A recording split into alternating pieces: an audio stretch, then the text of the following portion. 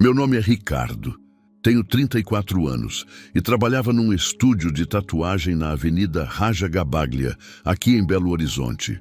Minha vida era normal até 2017, quando tudo desmoronou de uma vez. Helena, minha ex-esposa, pediu divórcio e levou Sofia, minha filha de 8 anos, embora. A dor que senti naquele momento foi algo que eu nunca tinha experimentado antes na vida. Tentei ligar para a Sofia no aniversário dela em março de 2018. Helena tinha bloqueado meu número. Fiquei a noite inteira sozinho no estúdio, olhando para o celular, chorando que nem criança. Pela primeira vez na vida, pensei seriamente em desistir de tudo. Em simplesmente não estar mais aqui, sabe? Foi nessa época que o Júlio, meu colega de trabalho, percebeu que eu estava mal. Ele me chamou um dia depois do expediente e disse: Ricardo, conheço um grupo que pode te ajudar a virar o jogo. Eu estava tão desesperado, tão perdido, que nem questionei direito. Apenas aceitei o convite dele para ir num encontro na semana seguinte. O primeiro encontro foi numa casa simples em Contagem, em novembro de 2018. Parecia terapia em grupo, sabe?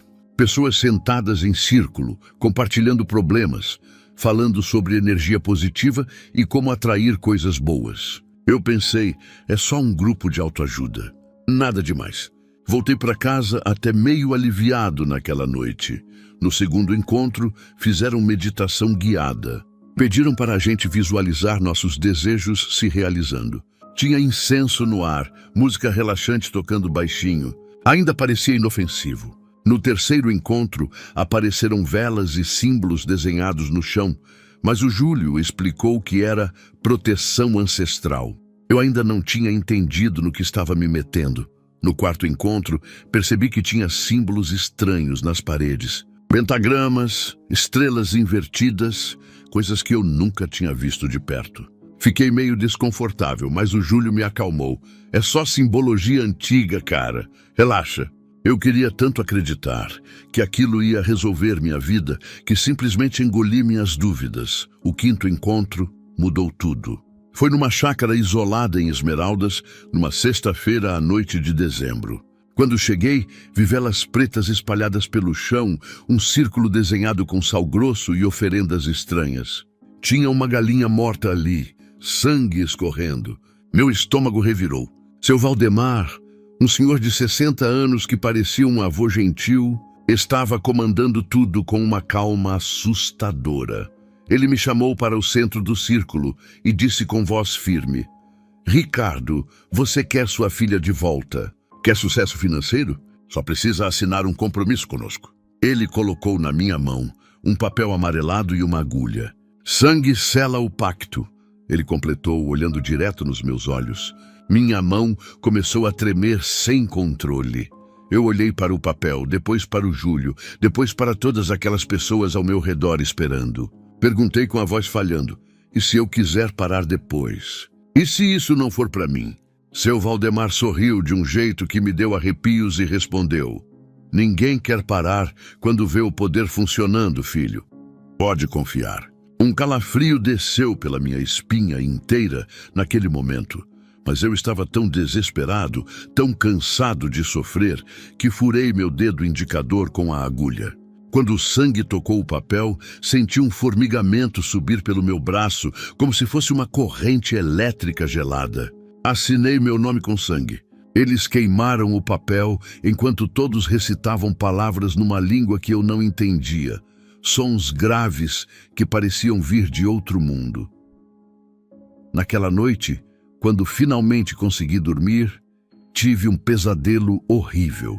Vi a Sofia, adulta, de luto, chorando na frente de um caixão. Ela olhou para mim com os olhos cheios de lágrimas e perguntou: por que você me trocou por isso, pai? Por que você escolheu eles ao invés de mim? Acordei suando frio, o coração disparado, mas forcei aquilo para o fundo da minha mente. Nas semanas seguintes, coisas estranhas começaram a acontecer. Um cliente antigo que tinha sumido há meses voltou querendo fazer uma tatuagem grande. Seriam R$ 1.500 de uma vez. Ganhei R$ 500 numa rifa da padaria que eu nem lembrava de ter comprado. Minha ex-namorada me ligou do nada. dizendo que queria me ver de novo. Eu queria tanto acreditar que o pacto estava funcionando, que convencia a mim mesmo de que tinha feito a escolha certa. Mas algo lá no fundo da minha alma sussurrava que eu tinha cometido o maior erro da minha vida. Os encontros na chácara em Esmeraldas viraram rotina. A cada 2 semanas, eu estava lá com o grupo, aprendendo o que o seu Valdemar chamava de trabalhos espirituais. No começo, eram coisas simples. Banhos com ervas estranhas, defumações com plantas que eu nunca tinha ouvido falar, velas de cores específicas para cada situação. Ele dizia que aquilo atraía energia, abria caminhos, removia obstáculos da vida das pessoas. Em janeiro de 2019, comecei a oferecer esses serviços no estúdio. Clientes que vinham fazer tatuagem perguntavam sobre minha vida. Eu contava que estava estudando energias e alguns se interessavam. Cobrava entre R$200 e R$500 por trabalho. O dinheiro estava entrando bem, melhor do que só com tatuagem. Eu me sentia poderoso, no controle, como se finalmente tivesse encontrado meu caminho. Foi nessa época que conheci a Camila. Ela tinha 23 anos, era bonita, tatuada e praticava essas coisas há 5 anos. Nos aproximamos rápido. Ela se tornou minha namorada e minha mentora ao mesmo tempo. A Camila era completamente diferente de mim. Ela era fria, calculista, não demonstrava arrependimento nenhum pelos trabalhos que fazia. Isso me impressionava e me assustava ao mesmo tempo. Um dia, uma cliente entrou no estúdio desesperada. Ela queria um trabalho de amarração contra o ex-namorado que tinha terminado com ela. Ele precisa voltar para mim. Ele precisa me querer de novo, ela repetia chorando. Fiz o trabalho, ritual com foto dele, velas vermelhas, oferendas específicas. Cobrei R$300. 3 semanas depois, vi no jornal online. O rapaz tinha sofrido um acidente de carro grave e ficado paraplégico. A cliente me ligou no dia seguinte e a voz dela estava feliz. Ricardo, funcionou. Agora ele está vulnerável. Ele vai precisar de mim para cuidar dele. Desliguei o telefone e corri para o banheiro do estúdio. Vomitei. Liguei para o Valdemar tremendo. Isso foi longe demais. Eu não queria que o cara ficasse aleijado. Ele respondeu com aquela voz calma e fria. Foi escolha dele ter rejeitado ela, Ricardo. E consequências acontecem. Você só foi o instrumento. Aquilo ficou na minha cabeça por dias, mas eu continuei. Precisava do dinheiro. Precisava acreditar que estava no caminho certo. Comecei a fazer trabalhos mais pesados. Separação de casais, causar confusão mental em pessoas, até adoecer rivais de clientes. Cada trabalho pagava mais. Cada trabalho me afundava mais fundo naquele mundo escuro. Um dia, cheguei na casa da Camila sem avisar. Encontrei ela no quarto fazendo um ritual. Tinha a foto de uma criança no centro do círculo de velas pretas. Congelei na porta. Camila, o que é isso? Isso é uma criança. Ela olhou para mim como se eu estivesse sendo ridículo. Os pais estão numa briga de guarda. Pagaram R$1.200 para eu resolver. É só trabalho, Ricardo. A frieza total nos olhos dela me fez perceber. Eu estava me tornando igual a ela. Estava perdendo minha humanidade pedaço por pedaço. Em fevereiro, um cliente me procurou com uma proposta diferente. Ele queria que eu fizesse um trabalho contra um pastor evangélico que tinha denunciado o esquema de pirâmide financeira dele para a polícia. Ofereceu R$800. Hesitei pela primeira vez. É um pastor. Isso não vai dar problema? O Valdemar me pressionou. Pastor é alvo fácil, Ricardo. A maioria é hipócrita. Vai funcionar igual. Acabei aceitando. Fiz o ritual completo. Foto do pastor, velas pretas, oferendas, invocação das entidades que o Valdemar tinha me ensinado a chamar. Mas nada aconteceu. Absolutamente nada. O pastor continuou bem, a igreja dele até cresceu. Foi minha primeira falha completa. Fiquei irritado, devolvi parte do dinheiro para o cliente. Não dei muita importância na época. Achei que era só um trabalho que não tinha dado certo, mas outras coisas estranhas começaram a acontecer comigo.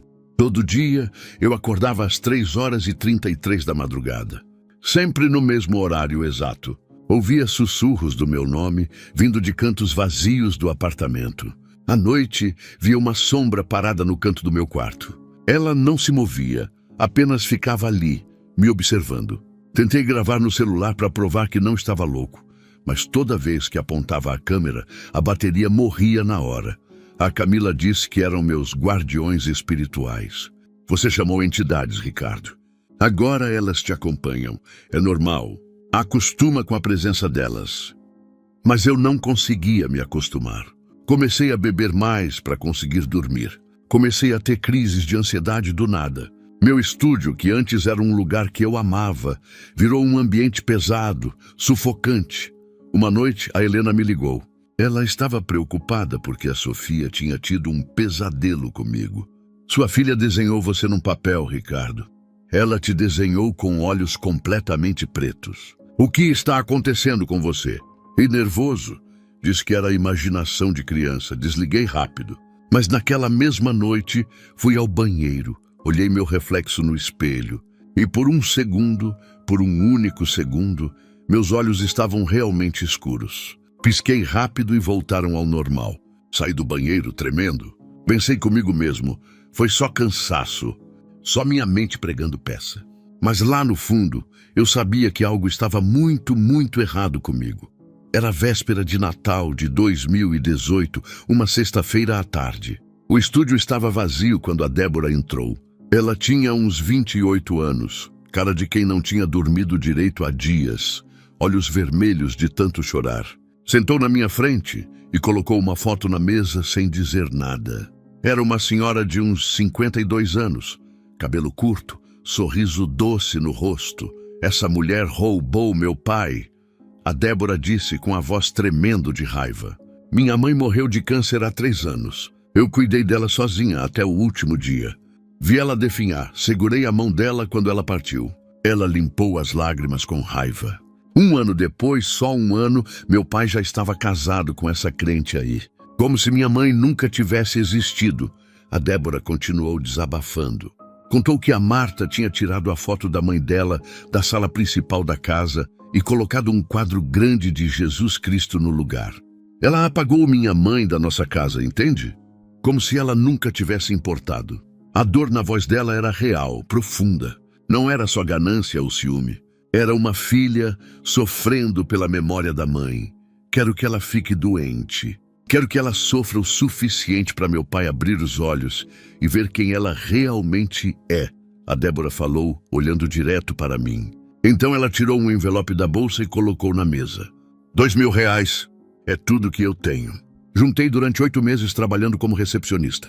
As notas pareciam pesar mais que deveriam na minha mão, como se carregassem toda a dor e raiva dela. Peguei a foto da Marta para olhar melhor. No momento que meus dedos tocaram a foto, senti um calafrio que subiu pela minha espinha. A foto esquentou na minha mão.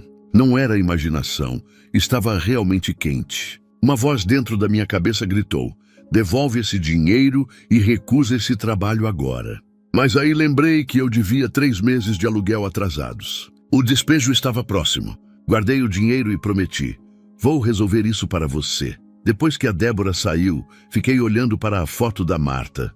De repente, uma memória me atingiu como um soco no estômago. Novembro de 2018, Praça da Liberdade, 5 horas da manhã. Eu estava completamente bêbado, sentado na calçada suja, vomitando, gritando o nome da Sofia para o nada.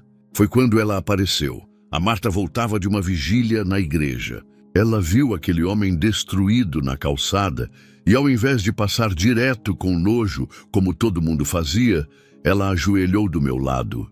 Filho, Jesus sofreu por você. Ele te ama tanto, ela disse com aquela voz calma. Eu olhei para ela, cuspi na direção dela e gritei coisas horríveis. Seu Deus é mentira.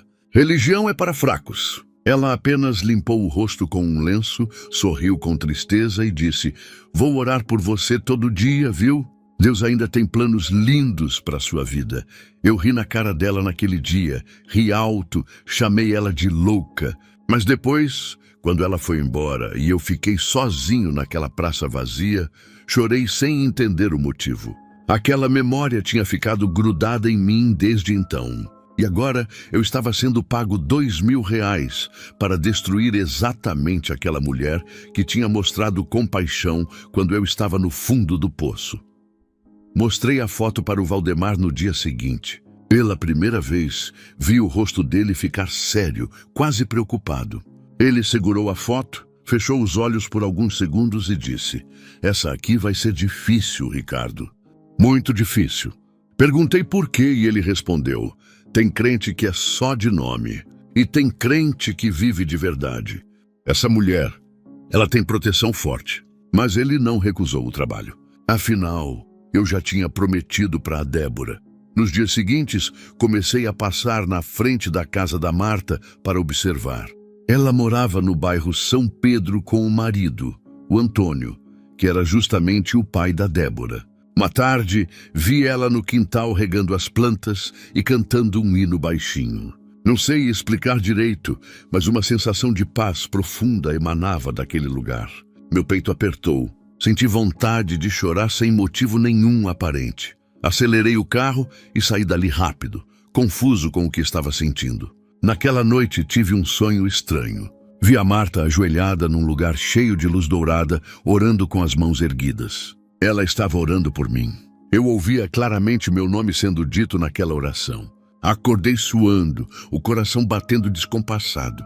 Olhei para o relógio. 3h33 da manhã. Sempre o mesmo horário. Levantei, fui até a mesa onde tinha deixado a foto da Marta. Olhei para aquele rosto sorridente. Algo dentro de mim sussurrava que eu estava prestes a cruzar uma linha que não deveria cruzar. Que havia consequências para tentar destruir alguém como ela. Mas o orgulho, a ganância e a necessidade de provar meu poder falaram mais alto. Peguei meu celular e mandei mensagem para o Valdemar.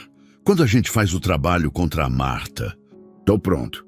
Mal sabia eu que estava prestes a descobrir que existem pessoas que simplesmente não podem ser tocadas. Não importa o quão forte seja a feitiçaria que você use contra elas. Marcamos o ritual para a madrugada do dia 24 de dezembro, véspera de Natal. O Valdemar disse que era uma data de poder, que as energias estariam fortes. Chegamos na chácara, em Esmeraldas, por volta das 11 horas da noite. A sala onde fazíamos os rituais estava preparada. Sem luz elétrica, apenas velas, um cheiro forte de enxofre no ar que ardia nas narinas. O Valdemar tinha desenhado um círculo perfeito no chão, usando sal grosso. No centro, ele colocou a foto da Marta. Ao redor da foto, posicionou 7 velas pretas, formando uma estrela. Tinha oferendas também.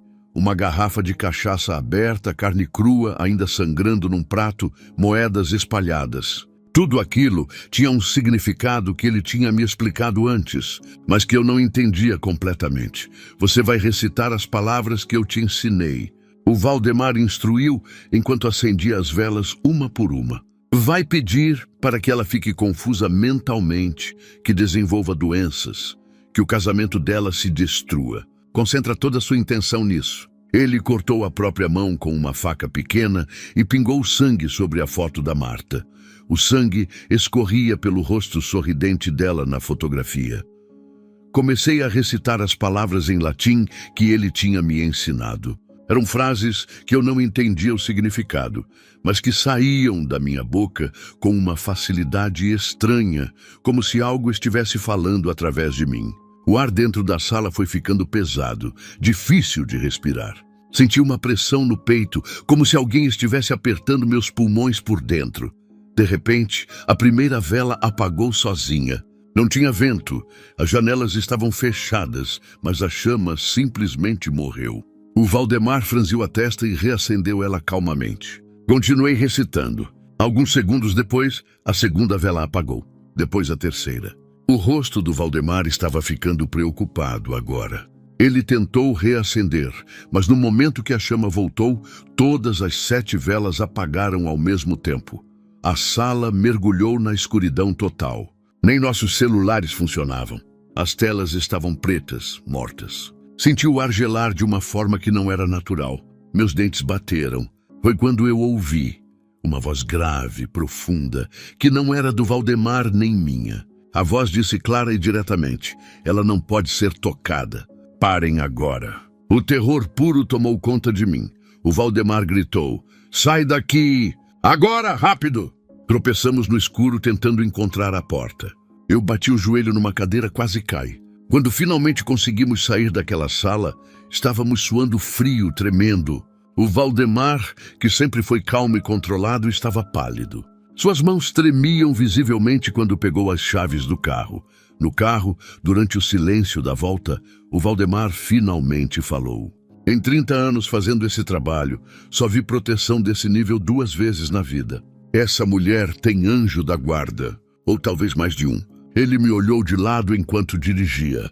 Ricardo, você vai sofrer consequências por ter tentado isso. Prepara seu coração. Quando você ataca alguém protegido, a proteção revida. Senti meu estômago revirar com essas palavras. Cheguei em casa às 4 horas da manhã. Consegui dormir por apenas 2 horas antes de acordar com febre altíssima. Meu corpo inteiro doía, como se tivesse apanhado de várias pessoas ao mesmo tempo. Comecei a ter delírios. Via vultos ao redor da minha cama, sombras se movendo pelas paredes. Gritava o nome da Sofia sem controle. Chamava pela minha mãe, que já tinha morrido há 10 anos. A febre durou 4 dias completos. Minha vizinha do apartamento de baixo bateu na porta preocupada, porque ouvia meus gritos. Quando finalmente consegui me levantar e ir ao médico, ele fez todos os exames possíveis. Está tudo normal nos exames, Ricardo. Não tem explicação médica para essa febre, ele disse confuso. Mas eu sabia exatamente qual era a explicação. Tinha tentado tocar em alguém intocável. Perdi 4 quilos nesses 4 dias. Quando olhava no espelho, via um homem acabado, olheiras fundas, pele sem cor. No 5º dia, quando a febre finalmente passou, a Débora apareceu no estúdio. Ela estava furiosa. Paguei R$2.000. A Marta está ótima, feliz, saudável, nada aconteceu com ela. Ainda fraco, tentei explicar.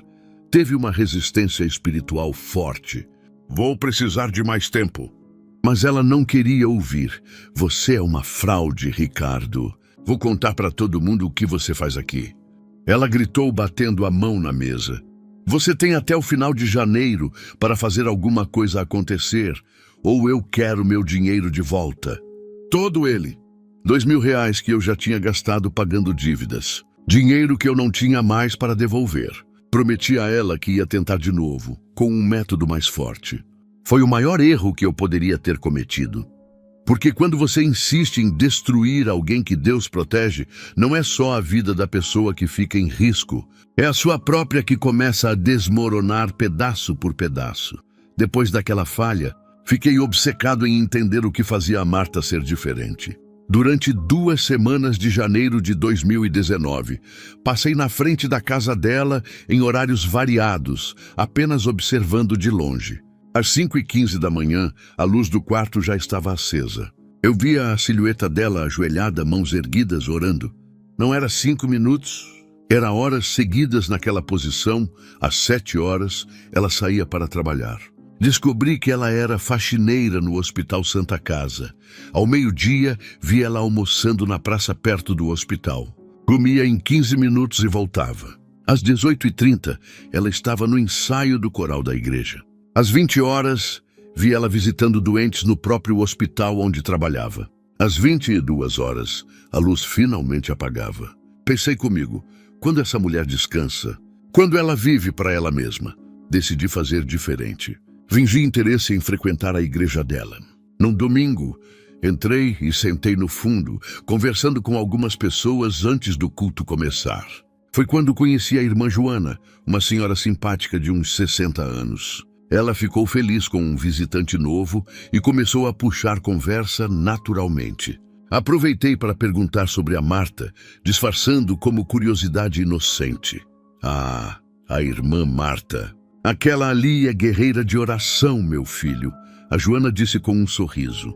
Ela tem um caderno grosso onde anota centenas de nomes de pessoas. Ora por cada pessoa nominalmente todo dia. Já vi ela chorando enquanto orava por gente que ela nem conhece pessoalmente. Meu coração acelerou ouvindo aquilo. Perguntei tentando parecer casual. E funciona? As orações dela. A Joana olhou para mim com uma seriedade que me assustou. Filho, eu vi Deus fazer milagres por causa das orações dessa mulher. Meu próprio filho estava desenganado pelos médicos. Câncer no pâncreas em estágio terminal. A Marta jejuou 7 dias seguidos orando só por ele. Hoje ele está curado. Os médicos não conseguem explicar. Dizem que é um milagre médico. Um arrepio percorreu minha espinha ao ouvir aquilo. O culto começou e foi normal até o pastor chamar a Marta para fazer a oração pelos visitantes. Meu corpo inteiro ficou tenso. Ela foi para frente, fechou os olhos, não gritou nem fez teatro, apenas começou a orar, com uma sinceridade e intimidade que era impossível fingir. Senhor, eu clamo pelas almas perdidas que estão aqui hoje. Salva cada um deles, Pai. Mostra teu amor para quem ainda não te conhece. Quando ela disse essas palavras, algo aconteceu comigo. Senti um calor físico no peito, uma queimação que começou no centro do meu corpo e se espalhou. Não era calor normal, era como se algo dentro de mim estivesse pegando fogo de verdade. Comecei a suar frio, meu coração disparou, minha respiração ficou difícil. Levantei, tropeçando, derrubei a Bíblia que estava no banco. As pessoas ao redor olharam preocupadas. Corri para fora da igreja, cambaleando. Cheguei no estacionamento e vomitei violentamente. Um diácono veio correndo oferecer água, mas eu apenas balancei a cabeça. Entrei no meu carro e saí dali em disparada. Minhas mãos tremiam tanto no volante que quase bati. Pensei enlouquecido. O que foi aquilo? Por que a oração dela me queimou por dentro? Tinha medo da resposta que já sabia no fundo. Eu estava do lado errado dessa guerra espiritual. Desesperado, fui até a casa da Camila sem avisar. Ela abriu a porta de roupão, me viu pálido, suando, tremendo. Camila, você já sentiu oração queimando por dentro? Já sentiu como se fosse fogo de verdade? Ela me puxou para dentro, fechou a porta, mandou eu sentar. A expressão no rosto dela era séria, quase assustada. Ricardo, eu preciso te contar uma coisa que nunca contei antes. A Camila começou a chorar. Contou que há 4 anos atrás, ela tentou destruir uma pastora que tinha denunciado o centro espiritual onde ela frequentava. Eu fiz tudo, Ricardo. Rituais, oferendas, pactos. Até ofereci algo que jamais deveria ter oferecido. Ela engoliu seco. Engravidei de propósito de um cara qualquer. Fiz o aborto clandestino e ofereci aquilo como sacrifício para as entidades, pedindo a destruição da pastora. Congelei ouvindo aquilo. A Camila continuou com lágrimas escorrendo. A pastora não sofreu absolutamente nada. Continua viva, igreja crescendo até hoje. Mas eu quase morri no aborto. Tive hemorragia grave, fiquei 2 semanas internada. Os médicos me disseram que fiquei infértil para sempre. Nunca mais vou poder ter filhos. Ela me olhou com olhos vermelhos. Essa é minha punição, Ricardo. Cristão de verdade é protegido. E quem ataca eles paga um preço alto demais. Saí da casa dela em choque. Liguei para o Valdemar com as mãos tremendo. Preciso de um método mais forte. Tem que ter um jeito de vencer essa proteção. Ele ficou em silêncio por longos segundos, antes de responder com uma voz fria que nunca tinha ouvido antes. Tem método, Ricardo, mas vai custar muito mais do que dinheiro dessa vez. Perguntei o quê, e ele respondeu devagar. Sua paz, sua sanidade, talvez sua alma de vez. Você ainda quer continuar por esse caminho? Naquela noite, fiquei deitado, sem conseguir dormir. Pela primeira vez em anos, pensei na minha mãe. Ela era católica simples, rezava o terço todo dia à noite. Lembrei da voz dela me dizendo quando eu era criança. Meu filho, promete para a mamãe que você sempre vai se afastar de coisa ruim. Promete? Chorei ali na escuridão do meu quarto sozinho, sentindo o peso de todas as escolhas erradas que tinha feito. Mas mesmo assim, mesmo com toda aquela dor e medo, a obsessão falou mais alto. Pensei comigo mesmo, só mais esse trabalho. Depois eu paro. Eu prometo. Era mentira. E lá no fundo do meu coração despedaçado, eu sabia que era mentira. Janeiro de 2019 foi o mês em que minha vida começou a desmoronar de verdade. A obsessão em vencer a Marta consumia cada pensamento meu. Parei de comer direito, perdi 8 quilos em 3 semanas. As olheiras ficaram tão fundas que as pessoas no estúdio perguntavam se eu estava doente. Eu mal conseguia dormir mais de 2 horas por noite. Quando fechava os olhos, via aquelas sombras se movendo ao redor da cama. Os clientes começaram a reclamar do meu trabalho. Uma tatuagem que fiz saiu tremida porque minhas mãos estavam instáveis demais. O cliente ficou furioso, pediu reembolso e ainda fez uma avaliação horrível online. Tatuador drogado, trabalho porco, não volto nunca mais, ele escreveu. Minha nota no Google caiu de 4,8 estrelas para 2,1 em questão de dias. O telefone que antes tocava direto, agora ficava em silêncio. O dono do ponto comercial apareceu uma tarde com a cara fechada. Ricardo, você está 3 meses atrasado no aluguel. Se não pagar até o fim do mês, vou ter que te despejar. R$3.600 que eu não tinha. A Camila tinha terminado comigo na semana anterior. Você não está mais normal, Ricardo. Tem algo te possuindo. É raiva, é ódio, é sei lá o quê. Mas eu não aguento mais ficar perto de você. Até ela, que era fria como gelo, teve medo de mim. A Débora ligava todo dia cobrando resultados. Já passou um mês, Ricardo. A Marta continua perfeita, feliz. O casamento dela está melhor que nunca. Você vai me devolver meu dinheiro ou não? Dinheiro que eu tinha usado para pagar dívidas. Dinheiro que já não existia mais. Prometi a ela que ia fazer um ritual mais forte, definitivo, que não falharia. Mas no fundo, o medo estava me corroendo por dentro. Foi quando o Valdemar me propôs o ritual extremo.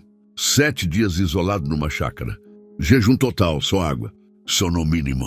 Você vai entrar em transe profundo e incorporar uma entidade forte o suficiente para quebrar qualquer proteção. O local era um galpão abandonado de ferramentas em esmeraldas, sem luz elétrica, sem conforto nenhum. Apenas um balde para necessidades e garrafas de água. Você vai recitar invocações a cada 3 horas. Não pode dormir mais de 2 horas seguidas. Precisa ficar no limiar entre o consciente e o inconsciente. Cheguei lá numa segunda-feira à tarde. O Valdemar já tinha preparado o círculo no chão de terra. Fique dentro desse círculo pelos 7 dias. Não saia por nada. Aqui estão as palavras que você deve recitar. Ele me entregou um papel amarelado com frases em latim e outras línguas que eu não reconhecia. Quando ele foi embora e me deixou sozinho naquele lugar, pela primeira vez, senti que tinha ido longe demais. Mas já era tarde para voltar atrás. O primeiro dia foi de fome intensa e dor de cabeça. O segundo dia, a solidão começou a pesar. Sem celular, sem ninguém, apenas eu e aquelas paredes mofadas. À noite, ouvi passos claros ao redor do galpão. Chamei. Tem alguém aí? Ninguém respondeu. Os passos continuaram por horas. No terceiro dia, comecei a ver coisas. Insetos enormes subindo pelas paredes. Mas quando piscava, não havia nada lá. Durante a invocação das 3 horas da manhã do terceiro dia, o ar ficou gelado de repente. Minha respiração saía em nuvens de vapor. Senti uma presença entrar no galpão. Não vi nada, mas senti. O peso no ar era insuportável. Foi quando ouvi uma risada baixa, rouca, que não era humana. Você nos chamou. Agora estamos aqui! Meu corpo inteiro travou de terror puro. No quarto dia, a privação de sono e fome me deixaram delirando. Vi 3 figuras sombrias paradas nos cantos do galpão. Uma delas tinha olhos que brilhavam vermelho. Não refletiam luz, eles emitiam luz vermelha própria. As figuras não se moviam, apenas me observavam em silêncio absoluto. Uma delas apontou para a foto da Marta que estava no chão. Uma imagem surgiu na minha mente. A Marta morta num caixão, a Débora sorrindo feliz, eu rico e poderoso. No 5º dia, as entidades começaram a falar comigo. Não era com voz audível. Eram pensamentos que apareciam na minha cabeça, mas que eu sabia que não eram meus. Ela não pode ser tocada diretamente, mas você pode ser usado como instrumento. Traga uma alma para nós, uma vida em troca de poder sobre ela. A imagem da Camila surgiu na minha mente. deprimida, frágil, quebrada. Senti nojo de mim mesmo, mas as entidades riram. Você já é nosso, Ricardo. Aceita ou não, tanto faz. No sexto dia, não conseguia mais distinguir o que era real do que era alucinação.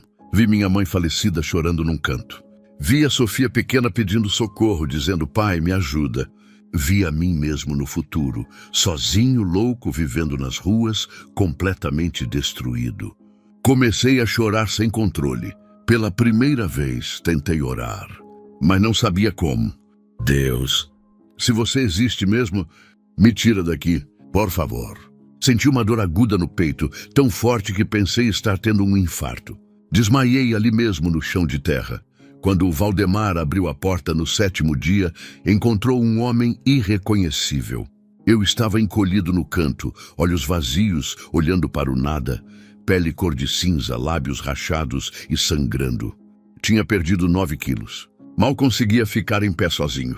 Ele me ajudou a levantar e perguntou: conseguiu contato? Eu olhei para ele e sussurrei com uma voz que não parecia minha: eles querem uma alma, eu vou dar para eles.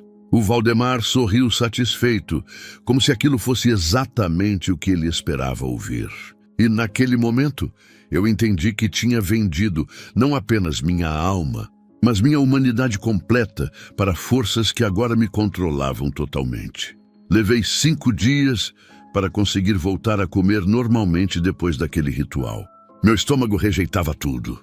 Vomitava até água. O Júlio, que tinha sido quem me apresentou a esse mundo, deixou eu ficar no apartamento dele porque eu não tinha mais condições de viver sozinho. Ele me via acordar gritando toda noite, me via conversando sozinho com o vazio, e o medo nos olhos dele era visível. Uma semana depois do ritual, procurei a Camila. Ela estava morando sozinha num apartamento pequeno, visivelmente deprimida desde que terminamos. Abriu a porta com olheiras profundas, cabelos sem lavar, roupas largas. Fingi preocupação genuína. Camila, eu estava preocupado com você. Você está bem? Mas havia algo diferente em mim agora.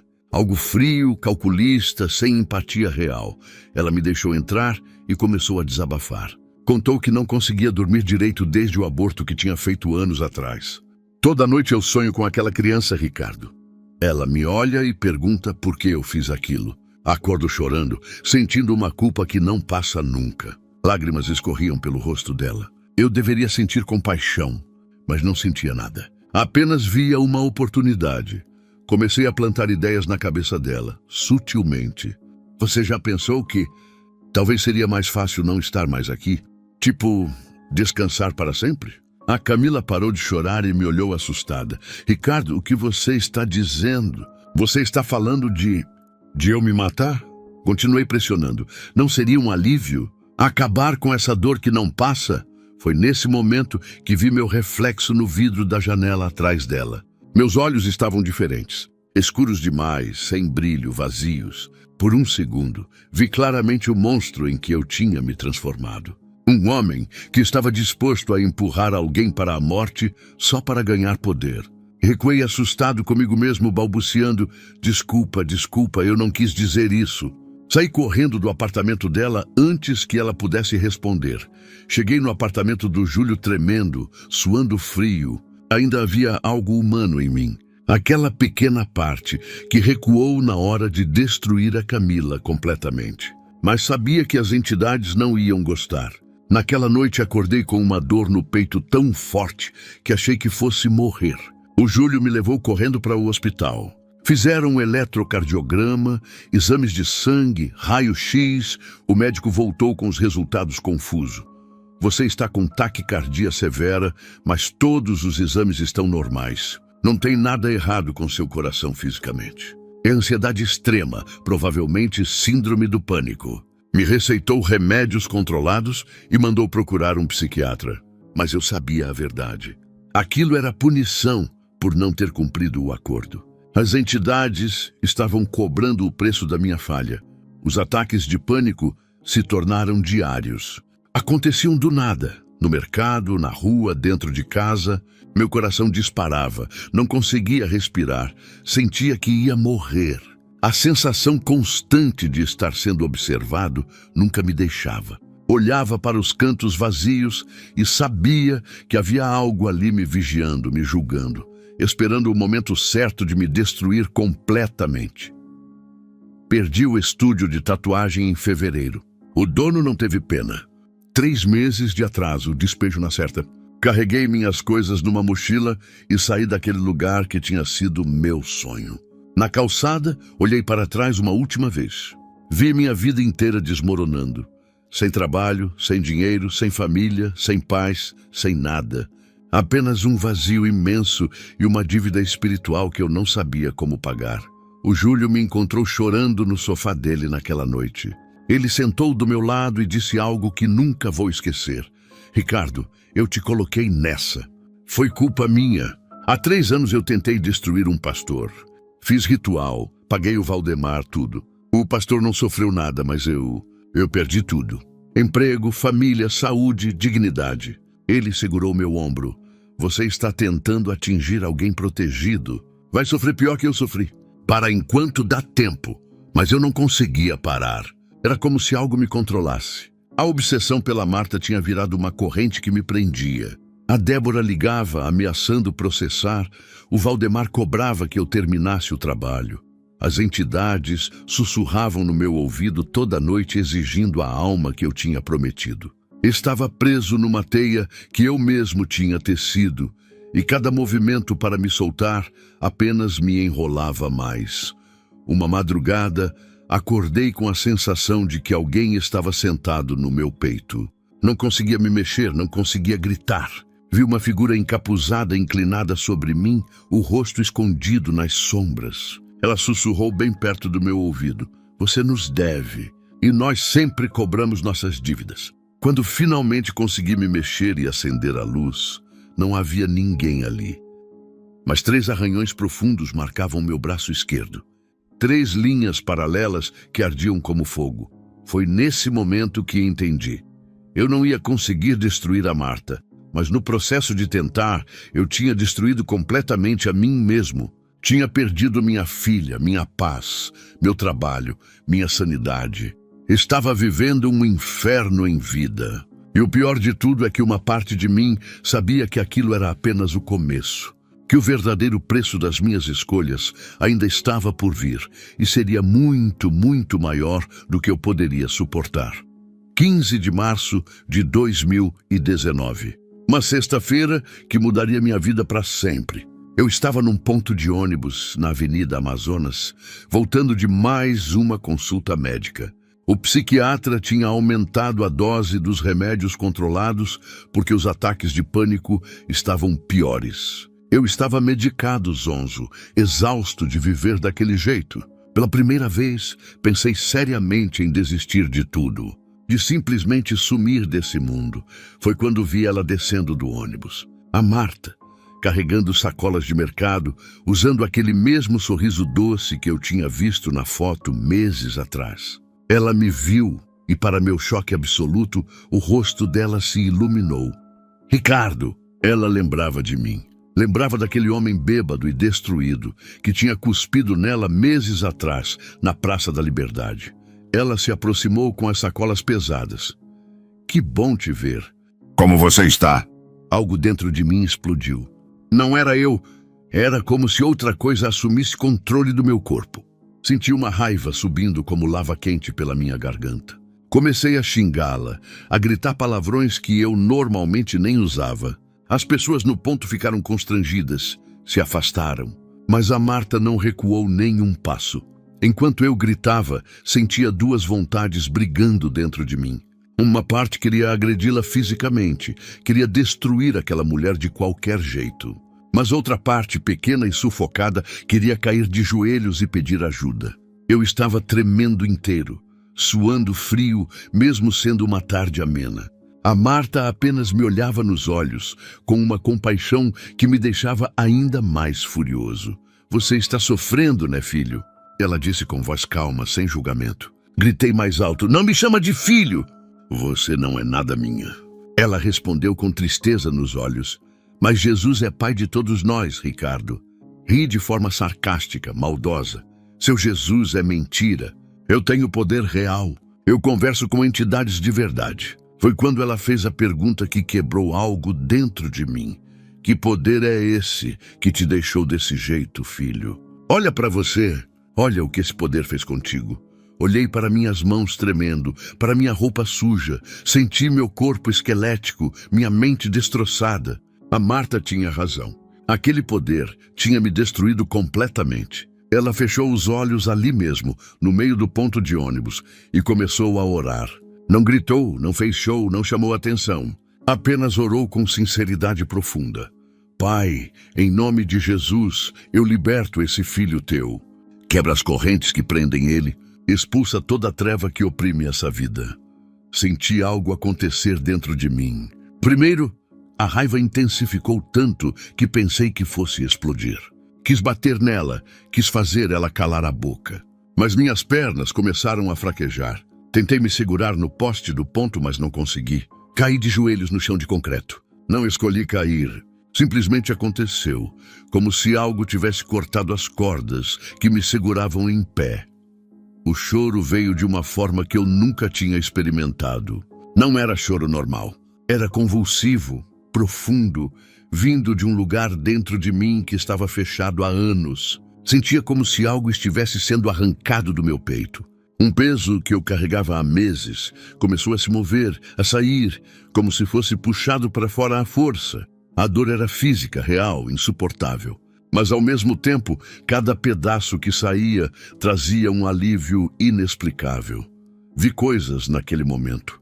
Não sei se com meus olhos físicos ou com algo mais profundo. Vi as figuras sombrias que me acompanhavam recuando, se afastando de mim, gritando em raiva. Vi uma luz dourada envolvendo a Marta. Não era a luz do sol, era outra coisa. Quente, reconfortante, poderosa. Ouvi uma voz. Não sei se era masculina ou feminina, apenas paz em forma de som. Eu nunca te abandonei, filho. Nunca. Memórias começaram a surgir como flashes. Minha mãe rezando o terço por mim quando eu era criança. O padre me benzendo quando nasci. A Marta orando por mim naquela praça meses atrás. A Helena dizendo que a Sofia orava toda noite. Deus, salva meu pai. Entendi naquele momento. Sempre houve proteção ao meu redor. Sempre houve pessoas intercedendo por mim. Eu que tinha escolhido me afastar, entrar nas trevas, abraçar o lado errado. Não sei quanto tempo fiquei ali de joelhos. Podem ter sido 10 minutos ou 1 hora.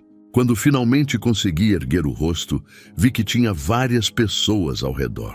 O Antônio, marido da Marta, tinha chegado de carro e estava ali. A irmã Joana, aquela senhora da igreja, estava orando junto. Algumas pessoas filmavam com celular.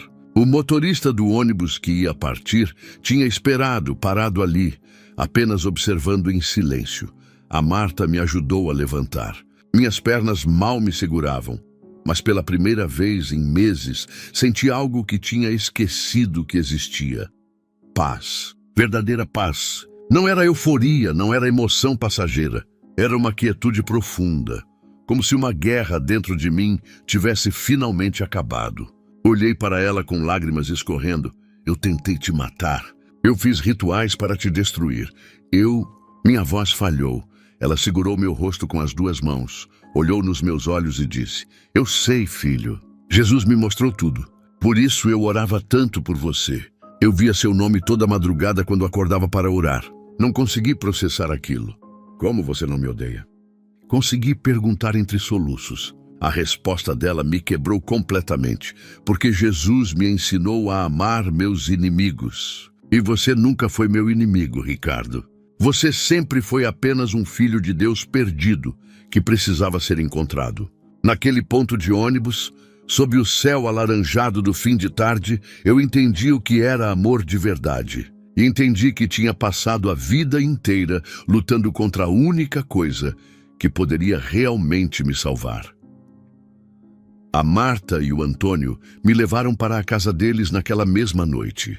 Eu estava fraco demais para resistir, exausto demais para questionar.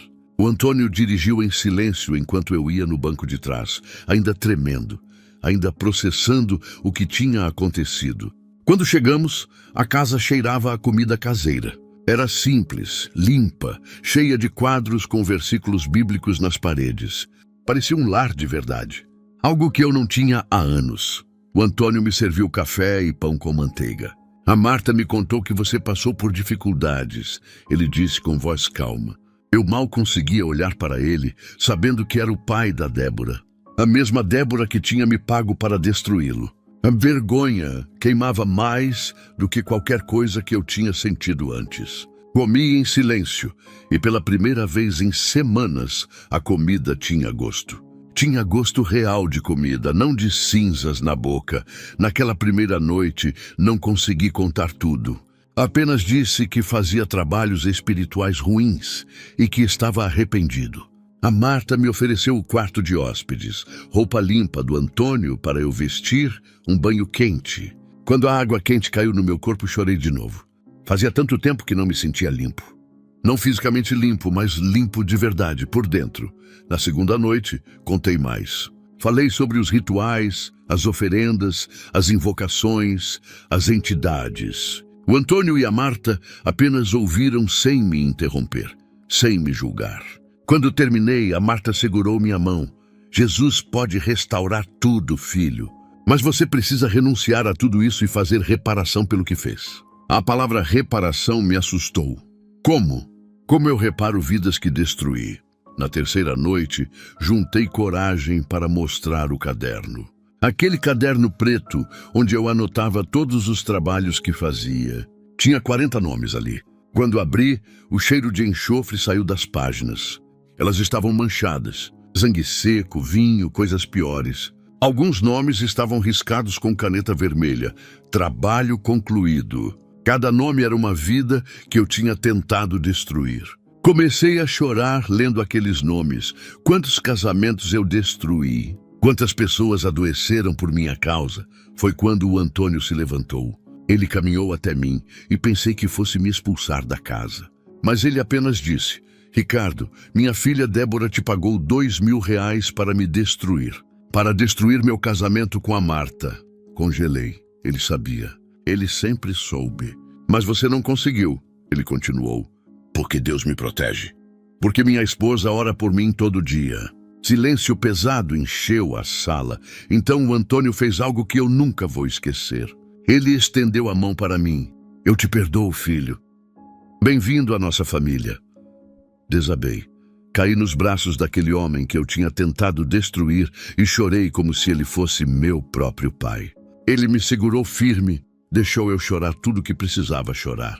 A Marta se juntou ao abraço. Ali, naquela sala simples, senti amor de verdade pela primeira vez em anos. Mas aquela noite foi terrível. Tive pesadelos horríveis. Vi as entidades ao redor da cama, gritando que eu ainda era delas, que não podiam me soltar. Acordei gritando às 3h33 da manhã. Eles querem me levar de volta. A Marta acendeu a luz, sentou na cama ao meu lado, abriu a Bíblia e começou a ler o Salmo 91 em voz alta. Aos poucos meu coração parou de disparar. A presença pesada no quarto se dissipou. No dia seguinte, a Marta chamou o pastor João. Ele chegou à tarde com o irmão Paulo e a irmã Vera, intercessores experientes da igreja. Não eram pessoas exageradas, não fizeram teatro. Sentaram comigo na sala formando um círculo. O pastor João me perguntou direto: Ricardo, você quer renunciar tudo que você fez? Você quer de verdade ser livre? Respondi com voz trêmula: quero, mas tenho medo de não conseguir. Não é sua força, filho. É o poder de Jesus, ele disse com firmeza. Começaram uma oração simples, mas profunda. Me pediram para renunciar verbalmente a cada coisa. Renuncio o Valdemar e todo o ensinamento dele. Renuncio as entidades que invoquei. Renuncio o pacto que assinei com sangue. Renuncio todo o poder que recebi das trevas. A cada frase que eu falava, sentia algo se movendo dentro de mim. Quando cheguei na parte de renunciar à entidade principal, aquela dos olhos vermelhos que eu tinha visto no galpão, senti uma náusea violenta. Corri para o banheiro e vomitei. Não era vômito normal. Era um líquido escuro, quase preto, com um cheiro horrível que fez meus olhos lacrimejarem. Voltei para a sala fraco, suando, mas aliviado. Saiu algo. Eu senti sair.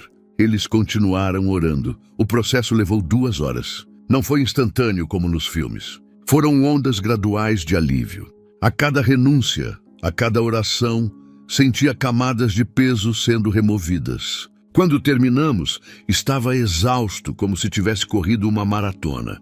Mas pela primeira vez em anos, senti leveza real. Como se tivesse tirado uma armadura de ferro que carregava sem perceber. Dormi 14 horas seguidas naquela noite, sem pesadelos, sem acordar às 3h33, sem vultos no canto do quarto.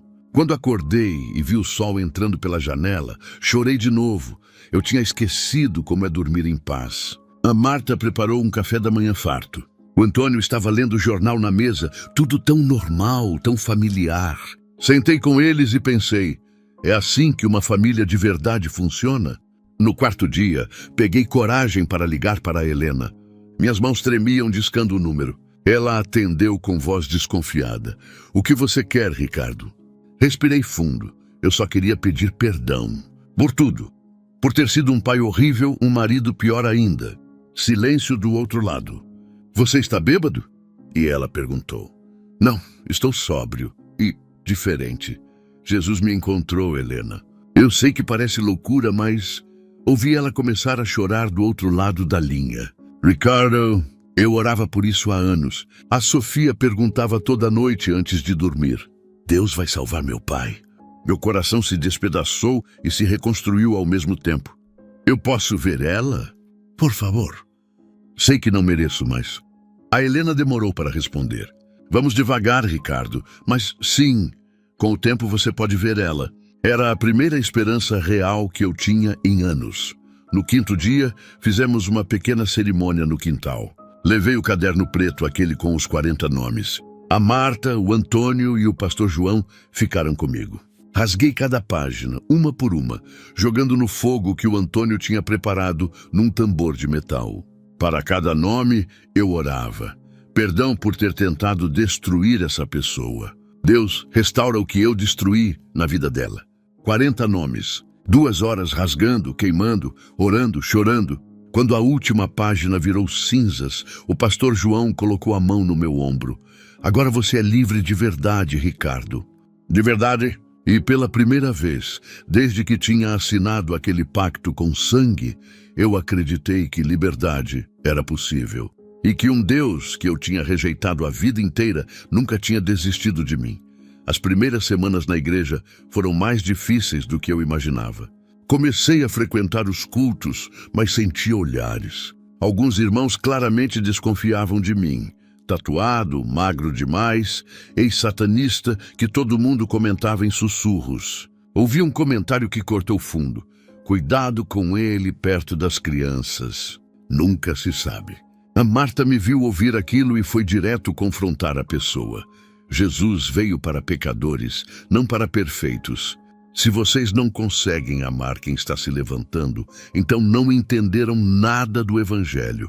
Chorei sozinho no banheiro da igreja naquele dia. Eu mereço a desconfiança deles. Mas o pastor João me encontrou e disse, a provação faz parte da transformação, Ricardo. Continue firme. Deus não te trouxe até aqui para te abandonar agora. Essas palavras me sustentaram nos dias difíceis que vieram. E vieram muitos. O Valdemar ligou de um número desconhecido uma semana depois.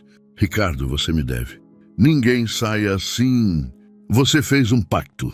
Meu corpo inteiro tremeu ouvindo aquela voz, mas respirei fundo e respondi. Eu renunciei tudo. Em nome de Jesus, me deixe em paz, Valdemar. Ele riu daquele jeito frio. Você vai voltar. Todo mundo sempre volta. A liberdade que você acha que tem é ilusão. Bloqueei o número, mas fiquei abalado por dias. As tentações de voltar eram reais, constantes, sussurrando na minha cabeça, principalmente de madrugada. A situação financeira estava desesperadora. Sem estúdio, sem dinheiro, sem nada. Tive que engolir o orgulho e aceitar um emprego humilde numa gráfica pequena no centro. Salário mínimo, R$ 1.320 por mês.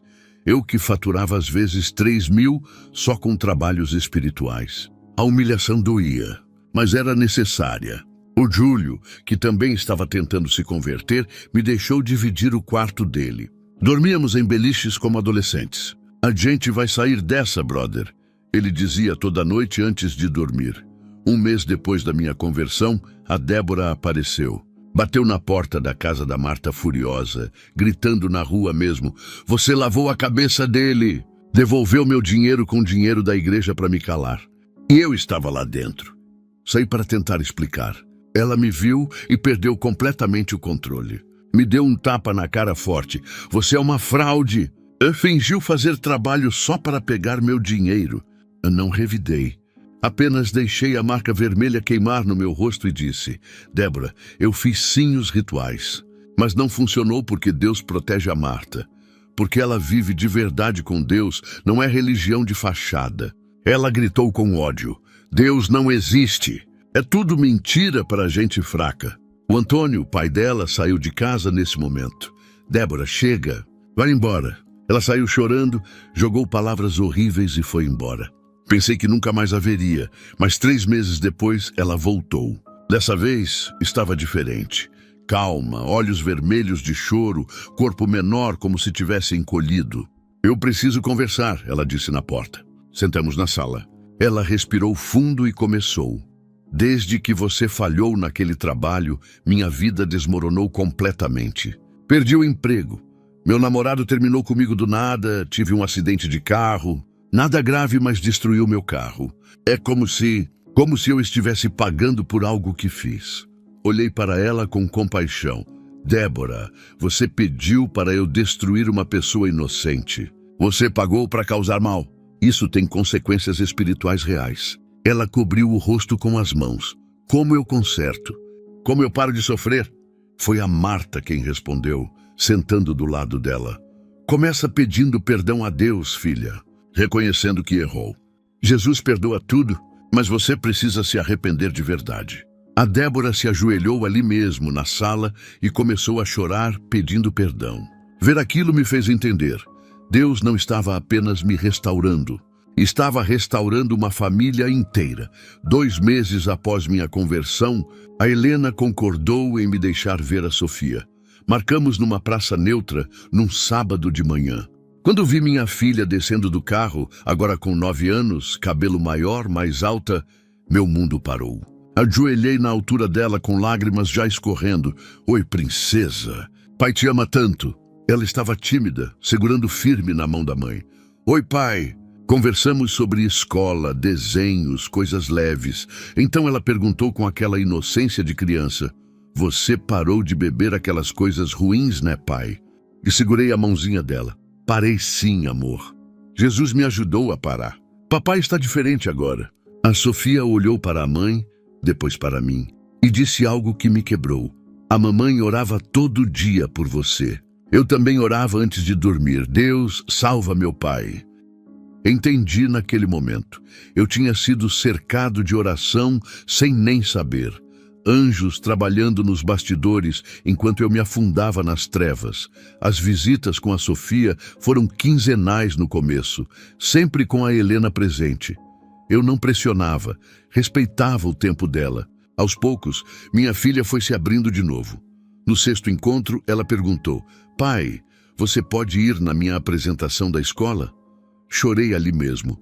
"Posso sim, filha. Pai não perde por nada." No dia da apresentação, quando chamaram os pais, a Sofia apontou para mim no meio da plateia e gritou orgulhosa: "Aquele ali é meu pai." A Helena, sentada ao meu lado, sorriu e sussurrou: "Ela te perdoou, Ricardo. Era a redenção acontecendo na minha frente. Hoje é outubro de 2024. 5 anos se passaram desde aquele dia no ponto de ônibus. Trabalho como designer gráfico, cresci na empresa da gráfica. Moro num apartamento simples, mas é meu. A Sofia passa finais de semana comigo. Temos guarda compartilhada. Estou namorando a Cláudia, uma irmã da igreja que também foi convertida de uma vida difícil. Nós nos entendemos porque sabemos de onde viemos. Desenvolvi um ministério específico, ajudar pessoas que querem sair do ocultismo. Já ajudei 12 pessoas a se libertarem, incluindo a Camila e o Júlio. A Camila hoje é missionária, trabalha com mulheres que fizeram aborto. O Júlio virou evangelista de rua. O Valdemar continua fazendo rituais. Tentou me contatar várias vezes, mas eu nunca mais respondi. Recebo ameaças às vezes de pessoas daquele mundo, mas continuo firme. Eu vi os dois lados e escolhi a luz. Atendo pessoas pelo WhatsApp. Faço palestras em igrejas sobre libertação. Nunca cobro um centavo. Eu cobrava para destruir vidas, não vou cobrar para ajudar a restaurar. A Débora se casou na igreja ano passado, reconciliou completamente com a Marta. Hoje elas são melhores amigas. O Antônio me trata como filho. A Marta, ela continua acordando às 5 da manhã para orar por 3 horas. E agora, ela ora por você que está lendo ou ouvindo esta história. Então, deixa eu te falar algumas coisas importantes.